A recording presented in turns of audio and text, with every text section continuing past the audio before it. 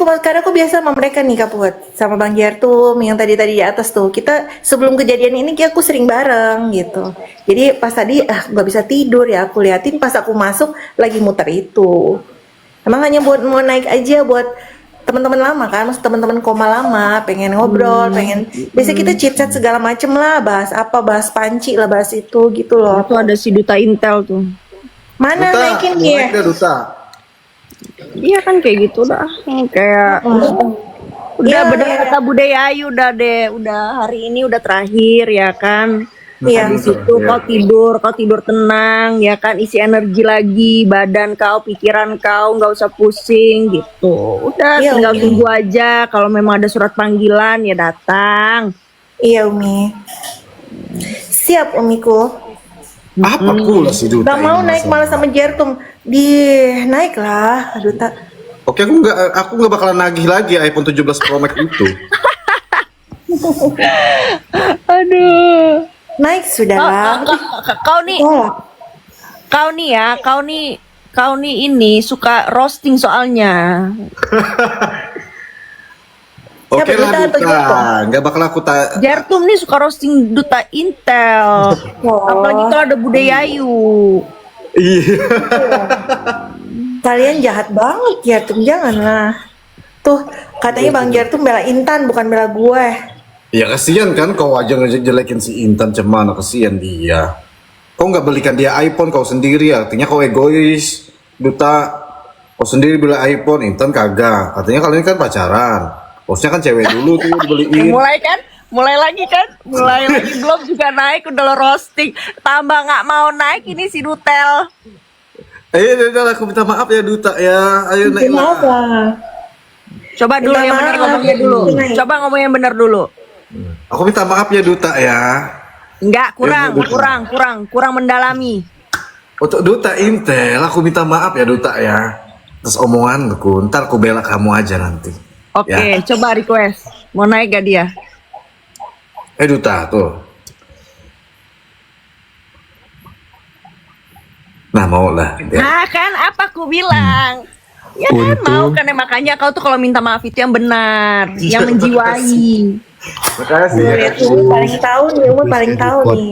Ya, aku paling tahu, aku paling tahu bestie aku. Mampus, udah gue screen record. Record lah ya aku ini kan. Jangan kau putar nanti ya. Ya. Bentar lah, jangan lupa tag aku ya Dutel ya. Nanti aja kalau misalkan aku nggak ngutangin kamu Duta, baru kau putar. Iya. Pokoknya setiap dia roasting kau, Dutel, Iya, kau ingatkan putar. lagi permohonan maaf dia. Iya, Oke? mutar. Ayo kejebak lo Bang Jartum, kejebak lo. Jadi bagaimana sekarang Duta iPhone-nya? Kau nggak kau pamerkan sih? Gila iPhone lah kau. Penasaran aku kameranya itu. Dengar lah. Tapi mereka berdua loh. Kau ini juga Umi juga ada iPhone baru nih Umi. Gak ada kan tadi kau lihat itu cuma dusnya doang. Ya kan berarti udah dipakai dong Umi. Dia kan unboxing tadi tuh di Igoy kan, Igoy Duta. Iya Sama kan. aku. Pokoknya nih Dutel nih luar biasa deh. Duta Benyong. Ya. Pokoknya gua nggak rugi aja berteman sama Dutel tuh. Iya. Tuh baca Kalian tuh, katanya. kalian berdiri berdua tuh kelihatan banget dua-duanya model tau nggak sih? Iya. Satu model kenapa majalah kau Trubus, posisi satu model gitu? majalah gadis, satu model majalah Trubus. Padahal menurut aku tuh Kak Putri udah tinggi loh. Pas gue liat fotonya berdua, astaga gitu. Duta tuh tinggi banget ternyata loh. Karena tuh tinggi banget. Oh, Ada call, udah kau wait ada katanya. telepon. Oke. Udah. Baca WA. Udah ya, aku tuh Kak Putri aku turun dulu ya. Aku persiapan jam 10 tidur. Mau kemana? Aku nanti dulu ya, tungguin Nata datang ya. Iyalah. Tungguin Nata datang. Soalnya belum rame, belum Miss Gosip masuk. Panggilan Miss Gosip. Biasa mereka itu buka room berdua sama Duta sama si Miss. Miss kalau nggak salah itu yang buka room. Iya. Aku tadi udah lama banget loh, baru pertama kali aku buka room. Seumur-umur aku di TikTok, aku baru 2 kali buka buka Komal. Pertama udah lama banget awalnya, yang kedua ya yang tadi. Biasanya tadi aku nggak masuk ya, aku beli makanan di luar tadi. Tadi ada Umi juga, tapi Umi masuknya telat, udah di akhir. Miss Gosip live katanya. Ya udah kita ke Miss Gosip lah. Dibilang tadi, ini para petinggi pasti menyaksikan, tapi kenapa dia mulutnya ada apa, ada siapa di belakang ini? Itu loh yang buat kita ini bertanda tanya, siapa di belakangnya Dr. Reza Gladys beserta suami yang sehingga kasusnya ini begitu kita bersuara sedikit dibungkam atau kita sedikit bersuara sedikit ada ancaman. Ada apa? Siapa mereka ini kan yang di Indonesia? Siapa mereka ini? Ih.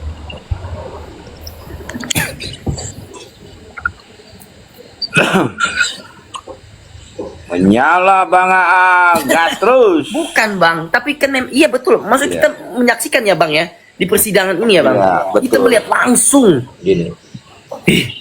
Iya. Rasanya Makanya geram. gini, saya dari awal itu selalu bilang, selama Teniki masih diperiksa di Polda itu adalah kasusnya 368. Ya kan? 3 bulan dia dikurung dengan pasal 368. Begitu pelimpahan ke kejaksaan terlampir dengan dakwaan adalah 369. Pertanyaannya, siapakah yang bertanggung jawab atas kurungan 3 bulan selama Teniki diperiksa di Polda? Yes. Itu yang harusnya. Bayangin guys, 3 bulan orang ditahan dengan pasal 368, namun didakwa menjadi 369. Ini yang terputus. Betul. Ini yang terputus. Kalaupun memang tadinya Teniki Mirzani tidak dianggap di pasal 368, harusnya dikeluarkan dahulu. Diperiksa kembali. Baru bisa disandingkan dengan pasal 369. Jelas itu laporannya ada. Laporannya ada. Dan itu sudah diterapkan, sudah dibicarakan di pas eksepsi di persidangan Teniki Mirzani. Nah pertanyaannya siapa yang bertanggung jawab? Jangankan salah pasal, JP itu kan kemarin kan perubahan itu kan setelah diserahkan kepada pihak kejaksaan kan Bang, perubahan Betul. itu kan, lalu preskon lah mereka Ya. bahwa berkas ini sedang dipelajari, betul? Betul. Tiba-tiba berubah, Betul. pasal aja bisa salah, penyebutan terdakwa pun kemarin salah, terdakwa Reza Yes. Ih. Dan memang harusnya dia terdakwa. Ih. Aang ini ya. Iya. Tahu kali harusnya terdakwa. Tuhan itu Bang sudah terputar ini mulutnya JPU itu sudah Tuhan sudah memang sudah ini Bang. Karena memang yang terdakwa itu adalah Dr. Reza Gladys beserta suaminya. Sudah Punya didikan nih. Ini Mambel punya didikan ini. iya, Tuhan sudah putar nih. Mau kau putar-putar itu mulutmu, tapi ada namanya Tuhan sudah mempelintir mulutmu itu dengan berarti terbukalah ini Bang. Kan JPU sendiri mengatakan terdakwa Reza Gladys sehingga temannya di samping itu, mangap. Itulah hati betul. busukmu, kelicikanmu terbuka. Iya. Sampai JPU-nya yang gemuk itu, yang gemuk ya, sampai Iya. ngomong. Iya. Nah ini petinggi-petinggi sudah nonton kan, sudah lihat. Kayak petinggi-petinggi Mahkamah Agung, ya KPK, Kapolri, ya Kapolri. Kita bukan siapa-siapa Kapolri. saksi korban di sewaktu dimintai waktu bersaksi di pengadilan mereka mengakui bahwa ini adalah sebuah kesepakatan. Ya toh. Terus yang kedua, suami istri ini, pelapor ini pernah melakukan permintaan maaf atas produknya. Betul. Coba, masa itu tidak dilihat? Betul. Mereka aja sudah mengakui bahwa ini adalah sebuah kesepakatan. Mereka pernah melakukan permintaan maaf dalam keadaan sadar, tidak dalam keadaan tertekan. Namun setelah kasus ini berjalan, video itu ditarik kembali, sudah tidak ada. Tapi kan sudah berseliweran di medsos. Ya, sudah ke download. Nah, Download sama masa orang-orang. dari situ tidak bisa dilihat mereka? Mereka aja bisa menerka-nerka bahwa Niki ini dan Mail ini adalah sebuah sindikat, sehingga mereka berani mengacak-ngacak isi rekening Nikita, yang dimana tidak ada urusannya dengan pihak bank, karena duit Iya. itu satu, uang cash. Yang kedua ini kan splitnya kan ke rekening yang lain, bukan ke rekening Nikita. Namun mereka mengacak-ngacak ini rekening si Niki hanya karena mungkin mereka berpikiran, jangan-jangan mereka ini memang sindikat pemeras, jadi pengen tahu isi rekeningnya. Mereka bisa berbuat seperti itu. Kenapa mereka tidak melihat fakta di persidangan, fakta di dunia media sosial? Loh, kalian kan pernah minta maaf karena produk kalian tak bagus. Di lapangan. Kalian kan ngakuin loh. Waktu bersaksi kalian bilang ini adalah kesepakatan. Iya toh? Ya. Nah, kenapa tidak dinilai dari situ? Entah apa aja memang. Dan juga bang, barang bukti itu kan kayak itu ada mobil kan bang juga disita bang ya, bukan cuman uang. Iya, Apa? itu mobil Diki. Cuman kan mobil Diki itu kan dek, kita pakai logika juga, nggak mungkin mobil itu dibawa masuk ke dalam. Cuman pemilik mobil kan udah memberikan kesaksian. Ya. Kalau kalian tanya mobil itu, nggak mungkin mobil itu dibawa masuk. Mau dari mana Ya. dibuka atapnya? Pemilik mobil udah datang memberikan kesaksian kalau itu. Dan yang satu lagi yang belum ditampakkan adalah uang yang disita itu belum pernah sama sekali ditampakkan. Betul. Itu bang. Ini ada apa? Betul bang. Gitu. Kemana uang itu? Mana? Coba perlihatkan hasil sitaan kalian. Mana? Coba. Beberkan di situ. Inilah hasil ini kami. Mana? Ini buktinya. Ini apa? Coba. Ayo. Bahkan ini sudah mau selesai loh kasusnya. Tidak sama sekali diperlihatkan.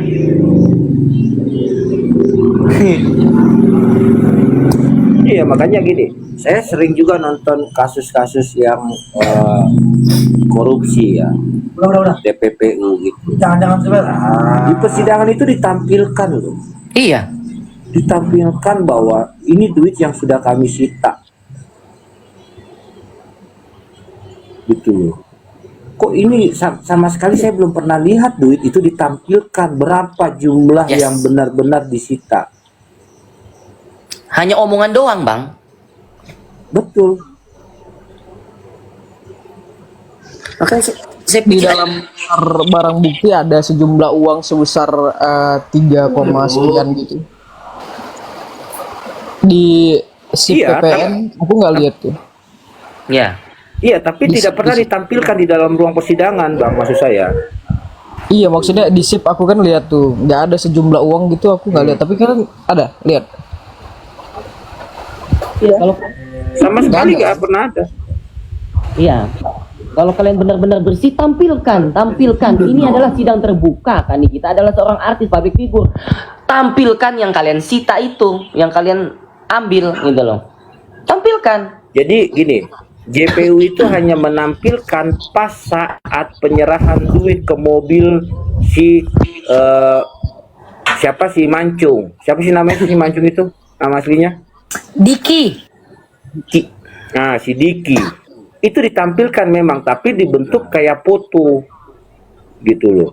Tapi itu pun uang yang dimasukkan ke dalam mobil. Pertanyaannya, pas waktu penyitaan hingga menyatakan ini TPPU, apakah pernah dilampirkan di pengadilan? Tidak. Gitu loh. Kalau dia menyandingkan dengan TPPU, itu harus ditampilkan di pengadilan.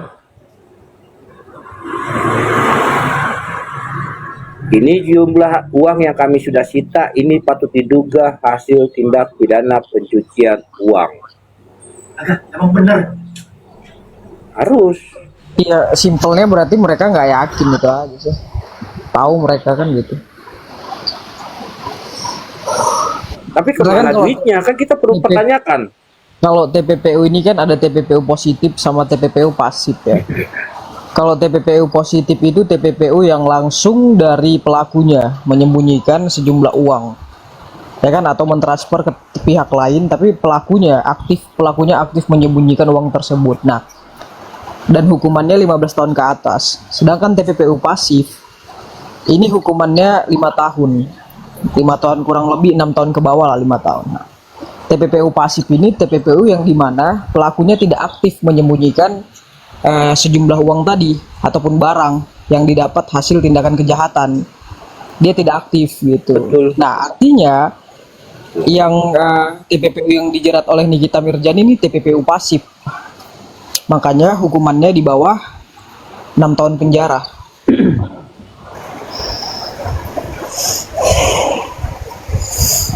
Kalau pasal 368, pasal apa 368 kan, itu sebenarnya saya juga kaget sih. Kenapa penyidik bisa menerapkan pasal 368 sedangkan barang bukti yang kita lihat di persidangan itu tidak ada tindakan kekerasannya. Kekerasan ini kan kekerasan fisik dan kekerasan verbal. Kalau kekerasan verbal itu bentuknya seperti kita mengirimkan pesan, lalu di pesan itu kita mengatakan, kau kalau misalnya keluar dari rumah nanti aku bacok gitu kan, atau nanti kau kalau misalnya macam-macam ku masukkan ke penjara. Nah itu kekerasan verbal bentuknya. Nah sedangkan kekerasan fisik dia itu seperti begal gitu, seperti iya. Itulah contohnya yang dia langsung pakai senjata tuh mengancamnya. Itu kekerasan fisik. Nah, sedangkan barang bukti yang kita lihat di persidangan itu nggak ada kekerasan verbalnya, ataupun ya kan kekerasan fisiknya juga nggak ada. Sedangkan pasal 368 kan bentuknya kekerasan kan. Jadi kenapa bisa penyidik pasal 368 sedangkan barang bukti yang kita lihat di persidangan tidak ada bentuk kekerasannya, mau itu kekerasan fisik ataupun verbal. Betul. Iya kan? Nah, Iya, makanya eksepsi kan itu dituangkan sama Bang Fahmi kan bahwa selama 3 bulan Teniki itu dijerat pasal 368 gitu loh. Selama 3 bulan ya Teniki masuk dalam tahanan. jadi kok bisa lah penyidiknya dijerat. pasal 368 kan? Gitu. Heran juga kan gini Bang, penerapan pasal itu kan berdasarkan kesaksian korban dan berdasarkan Betul, barang sepakat. bukti gitu. Ya kan? Betul. Nah, di dalam barang bukti itu tidak ada bentuk kekerasan. Jadi muncul dari mana Betul. pasal 368 ini sama penyidik ini? Nah, tetapi kalau misalnya saya melihat, ini pasalnya ada banyak nih Bang, dibuat penyidik nih Bang. Nah, setahu kita kan, hukuman di bawah 5 tahun itu bisa jadi tidak ditahan tersangkanya Bang. Paham kan Bang? Nah, sedangkan pasal yang dibuat di situ kan pasalnya ada pasal 27B, 368 ditambah, TPPU juga ditambah. Artinya kan hukumannya di atas 5 tahun Bang jatuhnya. Ya. Nah, disitulah mereka punya hak dan untuk mentersangkakan Nikita Mirzani dan menahannya. Karena di dalam pasal itu hukumannya lebih dari 5 tahun, Bang. Nah, Saya sepakat, tapi maksud saya gini, saya bertanya gini, di saat pelimpahan ke kejaksaan P21 berubah dakwaannya menjadi 369. Pertanyaannya, siapakah yang bertanggung jawab selama 3 bulan proses penetapan tersangka Nikita Mirzani 368? Itu pertanyaannya. makanya kan sebelum dia dilakukannya penyerahan berkas Bang ke JPU Bang, sebelum P21 itu kan ada prapit Bang. Nah, kita kan tidak melakukan prapit pada saat itu kan. Nah, itu. Kemudian maksudnya gini loh Bang ya. Jadi gini, karena merasa, jadi gini ya, mungkin ini analisa saya, mungkin PH-nya Niki beranggapan ini kita pasti menang di persidangan, apa prapit kan begitu nih, karena dianggapnya pasal 368 kan begitu. Nah, ini terkecohkan sama pemikiran JPU sama pihak kepolisian. Begitu tahap P21 langsung berubah drastis 369. Bagaimana langsung keadaan 4 hari sebelum hari H, ya kan, 4 hari sebelum hari H langsung coba untuk buat rapid, kan nggak mungkin. Iya. I- Pas. ini terkecokan gitu loh, Heeh, heeh. gitu. Makanya terbukti kan kalau di dalam tuntutan pasal 369-nya nggak dipakai sama JPU kan? 369, 368 yang nggak dipakai. Ya, maksudnya 369-nya nggak dipakai sama JPU dalam tuntutan kan? Karena kan di dalam hukum itu ketika pasal tersebut dengan unsur yang sama, pengancaman dengan pengancaman pencemaran nama baik atau membuka rahasia, pasal 27B dan pasal 369 ini kan pasal yang unsurnya dikategorikan sama. Jadi JPU Iya. harus hanya bisa pakai satu pasal aja, yaitu pasal 27B ayat 2. Jadi maksud saya begini Bang, ngapain repot-repot mereka menerapkan pasal 369? Berarti kan dari mulai 368 dan 369 ini hanya untuk menekan si tersangka ini tadi, menahan dia kan gitu. Iya, itu dia. Ngapain kan, buang-buang waktu kan namanya kan? Iya, makanya siapa yang bertanggung jawab selama 3 bulan Teniki ditahan itu loh. Ini kan ironis jadinya. Kayak abang nih, abang disangkakan 368 dikurung selama 3 bulan. Tahu-taunya begitu di dakwaan ternyata 369. Nah, kan kita bingung nih. Yang tadinya PH abang sudah mengatur strategi untuk melawan bahasa 368. Tapi begitu masuk ke persidangan 369, buset. Makanya kan sebenarnya pledoi yang dibuat sama PH-nya Nikita itu aku luar biasa sih, mantap sih, karena dari aku lihat itu ada beberapa hal yang sebenarnya gong ya terkait dengan Iya. katanya Reja Gladys ataupun RG ini bukanlah korban. Nah, Iya, dia bukan korban dan tidak pantas dikatakan korban. Alasannya betul. karena dia punya kepentingan, dia punya diduga dia melakukan tindakan kejahatan mengenai skincare tadi, Bang. Nah, artinya kan dia bisa dikategorikan dia punya kepentingan, Bang. Betul, sepakat. Punya kepentingan untuk menutupi kejahatannya tadi. Kan begitu. Iya, betul. Biasanya kan kalau kita lihat ya, Bang, contoh lah kasus esek-esek, Bang. Nah, kasus esek-esek ini kan biasanya pacarnya ngancem nih, Bang, akan menyebarkan video pornonya gitu kan. Nah, kalau kita esek-esek itu kan tidak ada tindak pidananya, Bang. Ya kan? Nah, artinya kita betul-betul dalam kategori korban. Dan kita diancam oleh pasangan kita akan disebarkan videonya kalau tidak memberikan uang, kan begitu, Bang. Nah, kalau ini diduga si korban ini sudah melakukan tindakan kejahatan yang melanggar hukum. Nah, tentu ketika dia mengikuti arahan Dokter Oki, sebelum dia menelpon Mail, dia akan mengikuti arahan Dokter Oki, ya kan? Betul. Sebelum dia menelpon Mail kan. Nah, di situ letaknya bahwasannya di dalam pasal pengancaman itu ketika korban memberikan suatu barang ataupun uang itu tidak sesuai dengan kehendaknya. Itu salah satu unsur pasal 369 atau pasal 27B ayat 2, Bang. Salah satu unsurnya. Karena dia dalam tekanan ataupun dipaksa. Tetapi di sini konteksnya Reja Gladys kan ataupun RG ini sesuai dengan kehendaknya. Kenapa dia dikatakan sesuai dengan kehendaknya? Karena dia mengikuti arahan Dokter Oki, Bang. Iya. Berarti kan sesuai dengan kehendaknya, memang dia mau menutupi kejahatannya. Betul. Nah, Betul. ya kan? Ada keinginan. Dan dia ada meminta. keinginan. Iya. Iya. Dan satu lagi saya luruskan. Dan dia pertama kali yang meminta win-win solution. Hingga akhirnya Dokter Oki dan Mail mencoba mencari win-win solution tersebut. Itu loh. Yes. Makanya pas. Makanya agak lucu. Saya agak lucu, geram, dongkol, apalah, semua lah campur aduk dalam hati saya, bener.